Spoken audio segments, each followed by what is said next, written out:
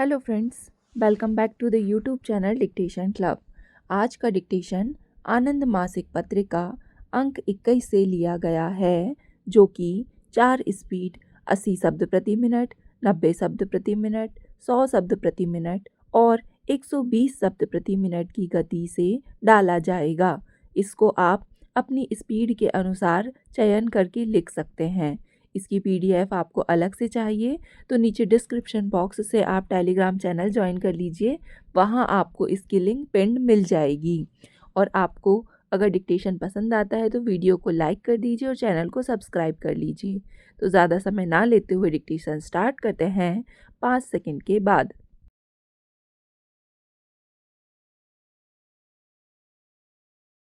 महोदय, अनुसूचित जातियों एवं अनुसूचित जनजातियों के लिए 150 करोड़ रुपए आवंटित किए गए हैं। मैं बहुत प्रसन्न हूँ कि आप इस संबंध में अधिक से अधिक धन आवंटित कर रहे हैं, परंतु आपको उनके साथ अच्छा व्यवहार करना चाहिए। आप देखते हैं कि पंजाब में क्या हो रहा है, तमिलनाडु में क्या हो रहा है। यह उनको केवल धन देने से ही बात नहीं बनेगी, वे इज्जत तथा अच्छा व्यवहार भी चाहते हैं। आपको इस बात को समझना है। गैर सरकारी क्षेत्र के प्रतिष्ठानों तथा सरकारी प्रतिष्ठानों में भी हरिजनों के लिए आरक्षित पद अभी भी रिक्त पड़े हैं। सरकार ने इन पदों को भरने में कोई रुचि नहीं दिखलाई है। मैं सरकार से आवश्यक कार्यवाही करने का अनुरोध करता हूँ। दूसरी बात, कामराज नई हरिजन आवास योजना के बारे में है। यह कुछ नहीं है बल्कि पुरानी योजना का ही नया रूप है। अब आपने पुनः इसका नाम कामराज नई हरिजन आवास योजना रख दिया है। मैं बहुत प्रसन्न हूँ कि कम से कम आपने तो कामराज को याद किया और कामराज के नाम का प्रयोग किया, यद्यपि बहुत देर से किया।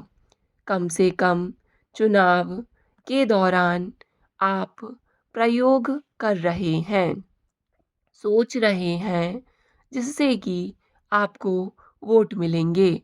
कामराज की सुरक्षा करने वाले हम प्रथम व्यक्ति थे। आपातकाल के दौरान, कांग्रेस शासन के दौरान गिरफ्तारी का वारंट जारी हुआ था। डॉक्टर करुणानिधि ने इसे रोका। उन्होंने न केवल आदेशों को जारी करने से रोका, बल्कि कामराज को सुरक्षा तथा संरक्षण प्रदान किया। अपने अंतिम वर्षों में कामराज उनको दी गई सहायता और प्रजातंत्र बचाने के लिए DMK से बहुत प्रसन्न थे। एक अन्य बात मैं कहना चाहता हूँ। आपने कामराज आवास योजना के लिए 27 करोड़ रुपए आवंटित किए हैं। यदि एक मकान बनाने में लगभग 20,000 से 25,000 रुपए की लागत आती है, तो आप 1,000 मकान बना लेंगे। आप कितने मकानों को उपलब्ध करा रहे हैं, आपने इसका उल्लेख नहीं किया। इस वर्ष 25,000 महिलाओं को रोजगार उपलब्ध कराने के लिए 3 करोड़ रुपए आवंटित किए गए हैं। इसका मतलब है आप प्रतिदिन प्रति महिला के लिए 10 रुपया आवंटित कर रहे हैं। आजकल एक राज को 100 रुपए और एक बढ़ई को 125 रुपए प्रतिदिन मिलते हैं। इसका मतलब क्या आप अंशकालिक अथवा पूर्णकालिक कार्य के रूप में प्रतिदिन प्रति महिला को 50 रुपया देंगे। दूसरी बात है, आप बेरोजगार महिलाओं और अविवाहित महिलाओं से विवाह स्थगित करने के लिए कह रहे हैं। यह आवश्यक नहीं है। इस गरीब देश में वे स्वयं स्थगित रह कर रही हैं। आप विवाहित लड़कियों को बच्चों को जन्म रोकने हेतु शिक्षित करना चाहते हैं। यह भी आवश्यक नहीं है। आवश्यक वस्तुओं और खाद्य पदार्थों के मूल्य बहुत अधिक बढ़ गए हैं, जिससे वे स्वयं ही बच्चों के जन्म पर रोक लगा रही हैं। महोदय, दूसरी बात यह है कि आप विभिन्न कार्यों में युवतियों को लगा रहे हैं। क्या आप विवाहित लड़कियों को शिक्षित करने के लिए काम में लगा रहे हैं? आपने इन बातों की उचित रूप से व्याख्या नहीं की है। यह हास्यास्पद है। यह बहुत दुर्भाग्य की बात है कि लघु उद्योगों के लिए प्रोत्साहन की घोषणा की गई, जबकि संसद का सत्र चल रहा था।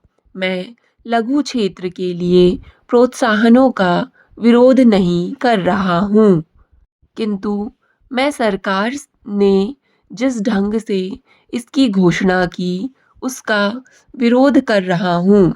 जब यहाँ पर संसद सत्र चल रहा था, घोषणा करने के लिए यह उपयुक्त स्थान था, किंतु दुर्भाग्यवश उन्होंने ऐसा रुख अपनाया और सरकार से घोषणा करने को कहा। यह बहुत ही दुर्भाग्य की बात है। हथकरघा उद्योग, जिसके बारे में माननीय सदस्य ने उल्लेख किया, संकट में है।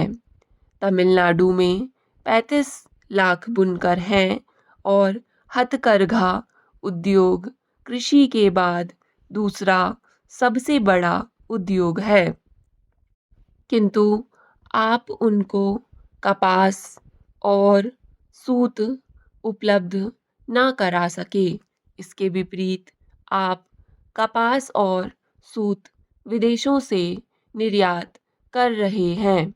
यदि आप सूत और कपास के आयात की अनुमति दें और गुणवत्ता में सुधार लाएं तथा इनकी उपलब्धता बनाए रखें, और यदि आप बुनकरों को कपास और सूत की कम मूल्य पर आपूर्ति करें, तो मैं समझता हूँ कि हथकरघा बुनकरों की कोई समस्या नहीं रह जाएगी।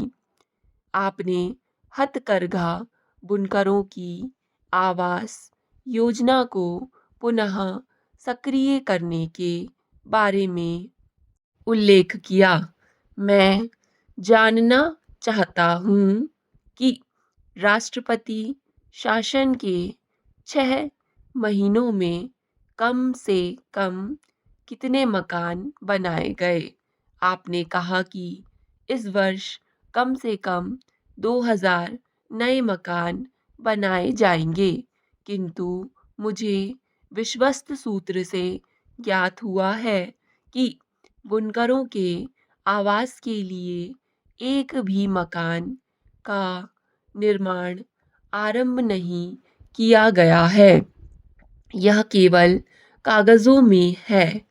क्या आप इस योजना की घोषणा व्यक्तिगत बुनकरों के लिए अथवा सहकारी समितियों के लिए कर रहे हैं?